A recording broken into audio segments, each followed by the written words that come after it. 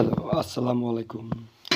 আমি সব ডিপার্টমেন্টের সৈনিকদেরকে বলতেছি, পুলিশের সৈনিক, কোনো অফিসার না। পাওয়ার এখন সৈনিকের হাতে। আর্মির সৈনিক, সিপাহী পদে, পাওয়ার এখন সিপাহীদের পদে, যারা মাঠে ঢোকে তাকে রাতে না হ্যাঁ, তারা এখন আপনাদের কোনো প্রধান নাই, কোনো অফিসার নাই, সব আপনাকে রাতে পাওয়ার। তা আপনারা যত বড় বড় অফিসার আছেন, অফিসারদেরকে এখন ছুটি দিয়ে দেন, কারণ কি আপনার অফিসার ছুটিতে আমরা হ্যান্ডেল করতেছি।